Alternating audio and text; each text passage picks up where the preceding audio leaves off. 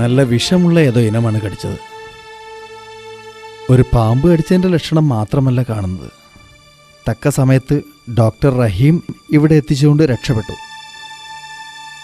കുറച്ച് ദിവസത്തേക്ക് ഇവിടെ കിടക്കട്ടെ, ഒരു തളർച്ചയുണ്ടാവും. പേടിക്കാനൊന്നുമില്ല, ഇഞ്ചക്ഷൻ ഉണ്ട്. അത് കഴിയും വരെ 2 ദിവസം ഇവിടെ കിടക്കട്ടെ.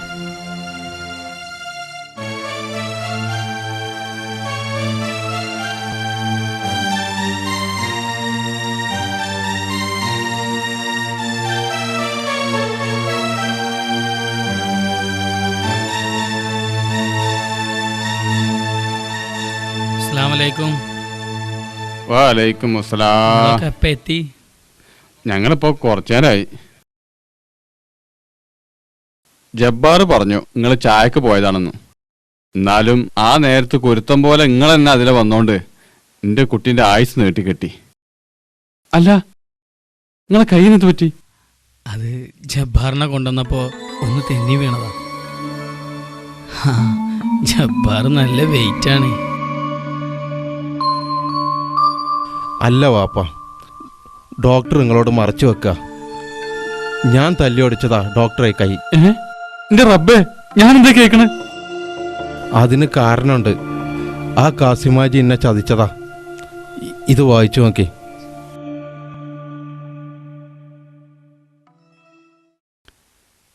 ജബ്ബാർ അറിയാൻ വേണ്ടി കാസിമാജി. മൂത്ത പെങ്ങൾ സാബിറാന്റെ ജീവിതം ഒരു കല്യാണവീരന്റെ കൈപ്പെട്ട് കുട്ടിച്ചോറായതറിയാലോ. രണ്ടാമത്തോൾക്കും അത് തന്നെ വരാൻ പോണു. കക്ഷി മറ്റാരുമല്ല, അല്ലമീൻ ഹോമിയോ ഹോസ്പിറ്റലിലെ റഹീമ. എൻ്റെ ബാപ്പതിന് കൂട്ടാണ്. ആ റഹീമിനെ തല്ലി ഓടിച്ചില്ലെങ്കിൽ ഇതാണെന്ന് പറഞ്ഞിട്ട് മീശം വെച്ച് നടക്കുന്നത് യാതൊരു കാര്യമില്ല എന്ന് എൻ്റെ പഴയ മുതലാളി കാസിമാജി. ഇന്നാലില്ലാ, എന്തൊക്കെ വേണ്ടാത്ത കാര്യങ്ങൾ ആ കാസിമാജി എഴുതി പിടിപ്പിച്ചത്. എന്നാലും ഓൻ്റെ ഈ കുരുട്ടുബുദ്ധി കൊണ്ട് ഗുണം ഉണ്ടായിക്കണേ. എന്റെ കുട്ടീനൊക്കെ തിരിച്ചു കിട്ടിയല്ലോ, അത് ഇതുകൊണ്ടാ. ബാപ്പ, എനിക്ക് ഒരുപാട് തെറ്റുകൾ പറ്റി. അതുകൊണ്ടായി ഇങ്ങനെയൊക്കെ ഉണ്ടായത്. അല്ലെങ്കിൽ എൻ്റെ പെങ്ങന്മാരെ പറ്റി പറയാൻ ഇവിടെ ആർക്കെങ്കിലും നാക്കു വന്നുവോ? റഹീം സാറേ, നിങ്ങൾ എന്നോട് പൊറുക്കണം. എന്നാലും നിങ്ങളെപ്പോലുള്ള ഒരാളോട് ഇങ്ങനെ ചെയ്യേണ്ടി വന്നല്ലോ. നിങ്ങളെ കൈ ഞാൻ തല്ലി ഓടിച്ചിട്ടും നിങ്ങളെൻ്റെ ജീവൻ രക്ഷിച്ചല്ലോ, അത് ഞാൻ മറക്കില്ല. ഞാൻ ഈ ബെഡിൽ നിന്നൊന്ന് എണീക്കട്ടെ. ആ കള്ളക്കാസിമിനൊന്ന് കാണുന്നുണ്ട്. നിങ്ങളെ കൈ ഒടിഞ്ഞതിൽ എനിക്ക് നല്ല വിഷമമുണ്ട്. എന്നാലും വഴക്കിനും വക്കാണത്തിനൊന്നും ഇനി പോണ്ട. ഒരു കാര്യത്തിൽ വിഷമമുണ്ട്. എൻ്റെ കുട്ടീനെ നിങ്ങളെയും ചുറ്റിപ്പറ്റി ഓൻ ഇല്ലാത്ത കള്ളക്കഥ പറഞ്ഞുണ്ടാക്കിയില്ലേ. അതൊന്നും സാരല്ല, ഒരു കണക്കിന് അതൊക്കെ നന്നായി.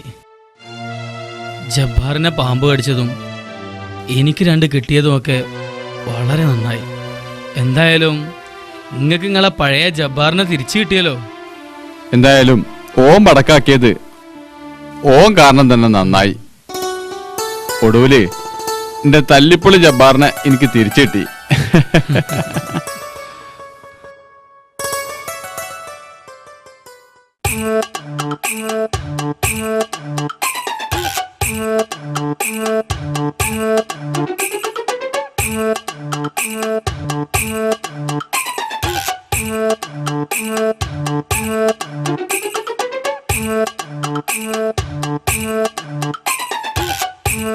ഞമ്മളെ പണി ഒന്നും ഏറ്റില്ല.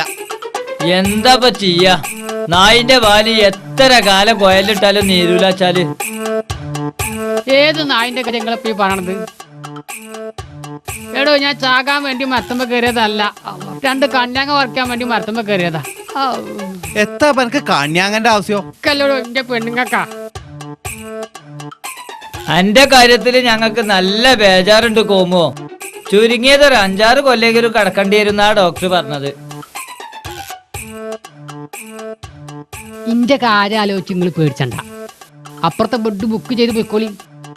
വേറൊന്നുകൊണ്ടല്ല, ജബ്ബാർ അപ്പുറത്ത് കിടക്കുന്നുണ്ട്. ഓനും റഹീം ഡോക്ടറും ഇപ്പൊ ഒന്നായിക്കണ്. ഓലെ തമ്മ തല്ലിയൊക്കെ നിങ്ങളും കാസിം ഹാജിയെ സഹായിച്ചതല്ലേ. കുട്ടെന്നെ തല്ലും എന്ന് പറഞ്ഞേ നിങ്ങൾ ഇന്നെ വല്ലാതെ പേടിപ്പിച്ചില്ലേ? ഇഞ്ഞ് കിട്ടാൻ പോണ നിങ്ങക്ക.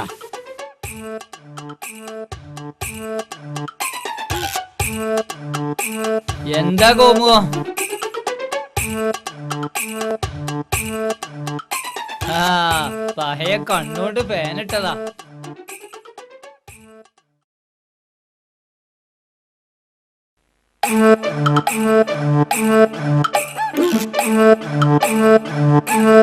കാതറേ തിരുപ്പ വിവരം അറിഞ്ഞില്ലേ? ജബ്ബാർ കാസിമാജിന്റെ കുടിക്ക് പോയിക്കണേ. ബാക്കിൽ പോലീസ് ജീപ്പ് പോയിക്കണേ. നേരെ കോമു ജി പറയുന്നത്. ഞാൻ ഈ 2 കണ്ണോണ്ട് കണ്ടല്ലേ. അവൻ പറഞ്ഞ് വിശ്വസിക്കണ്ട.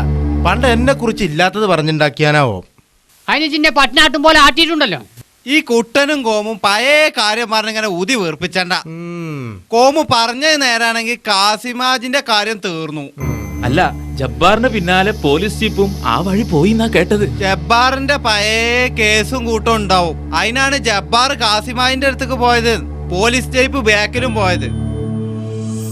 എന്തായാലും ഉച്ച കാഴ്ച ഒന്ന് കാണണം. പെരി പോയിട്ട് കുപ്പായെന്ന് മാറ്റാം ആദ്യം.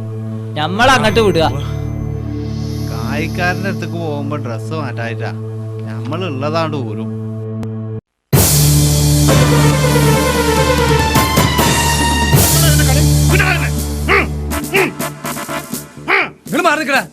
കാസിമേ, പാൽക്കാരന് കണ്ടെടുത്ത ചന്ദൻ തടികളും നിലമ്പൂരിൽ കണ്ടെടുത്ത തേക്ക് തടികളും നിന്റെ ഗോഡൌണിൽ നിന്നും പോലീസ് കണ്ടെടുത്തിട്ടുണ്ട്.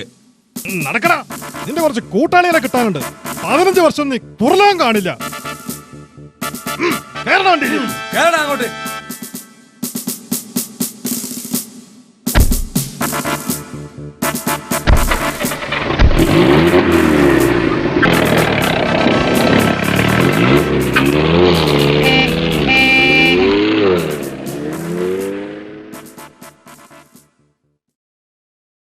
കാസിമാജിനെ പോലീസാണ് കൊണ്ടുപോണത്.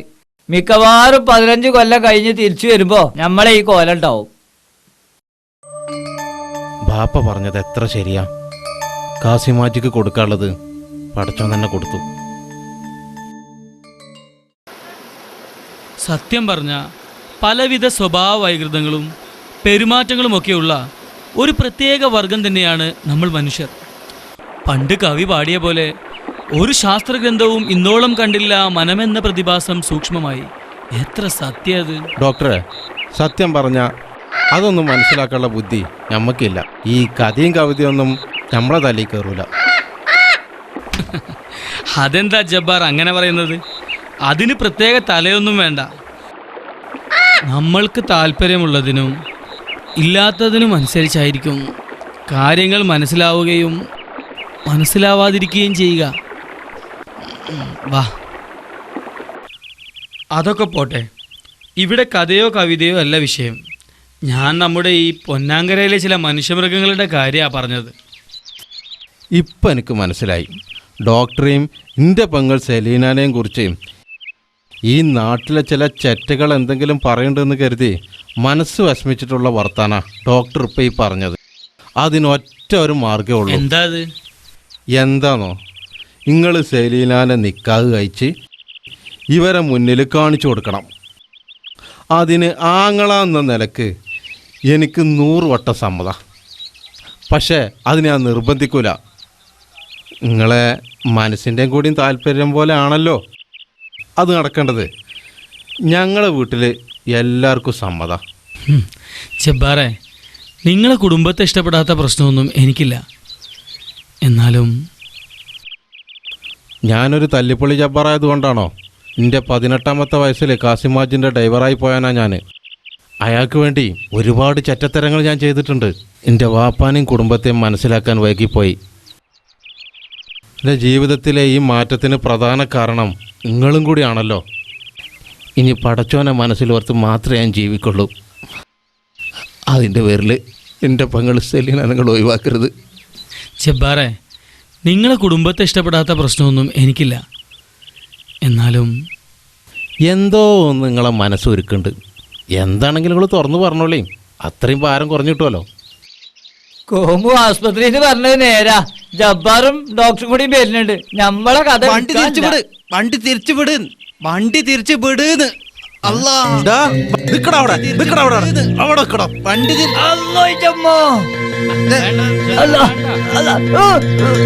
പൊന്നാര ജബ്ബാറെ ഞങ്ങളെ കാട്ടരുത്. ഞങ്ങൾക്ക് ഒരുപാട് തെറ്ററ്റി. ഞങ്ങൾക്ക് ഈ മാപ്പ് തരണം. ആ കാസിമാജിന്റെ വർത്താനം കേട്ട എന്റെ കുടുംബത്തെ പറ്റി ഞങ്ങൾ ഒരുപാട് പറഞ്ഞുണ്ടാക്കിയിട്ടുണ്ട്. പൊറുക്കണം, മാപ്പ് തരണം. എന്നോടും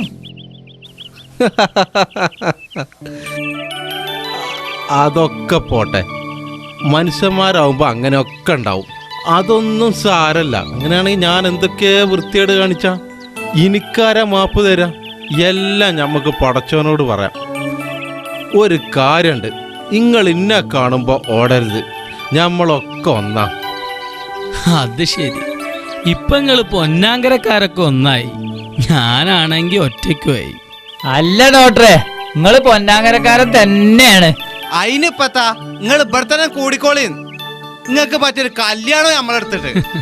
ആരാപ്പത്? നമ്മളെ സെലീനാനെ തന്നെ. ഞങ്ങളൊക്കെ ഇപ്പൊ ഇത് വേണ്ടീനും വേണ്ടാത്തീനൊക്കെ പറഞ്ഞ് സെലീനാന്റെ പുതിയാപ്പള നിങ്ങൾ തന്നെയാണ്. ഇനി ഇവിടെ എന്നാ ശരിയാവില്ല. ഈ സൈക്കിൾ കൊടുത്തിട്ട് വേണം വേറൊന്നെടുത്ത് വേറൊരു ബൈക്ക് പോകാം. എന്നാ ഞമ്മള് വരട്ടെ. ഈ ബിലീസ് ഇഞ്ഞ വിട്ടിട്ടില്ലല്ലേ? കണ്ട ഡോക്ടറെ ഓല് പറഞ്ഞത്? എല്ലാവർക്കും ഈ കാര്യത്തിൽ നിങ്ങളെക്കുറിച്ച് ഇഷ്ടം സമ്മതമാണ്. പിന്നെന്താ നിങ്ങൾക്ക് ഇത്ര വിഷമം? ജബ്ബാറെ, ഒരു വലിയ വിഷമം എൻ്റെ മനസ്സിലുണ്ട്. അത് വളരെ ശരിയാണ്. ഒരിക്കലും തീരാത്ത, ഒരിക്കലും മാറാത്തൊരു വിഷമം. വളച്ചുകെട്ടില്ലാതെ ഞാൻ പറയാം, എൻ്റെ നിക്കാഹ് ഒരിക്കൽ കഴിഞ്ഞു. തന്നെ നിങ്ങൾക്ക് ഭാര്യയും കുട്ടികളും ഇല്ല എന്നാണല്ലോ ഞാൻ കേട്ടത്. അത് ശരിയാ, എനിക്ക് ഭാര്യയും കുട്ടികളൊന്നുമില്ല. ഫാത്തിമ, അവൾ എൻ്റെ അമ്മാവൻ്റെ മോളായിരുന്നു.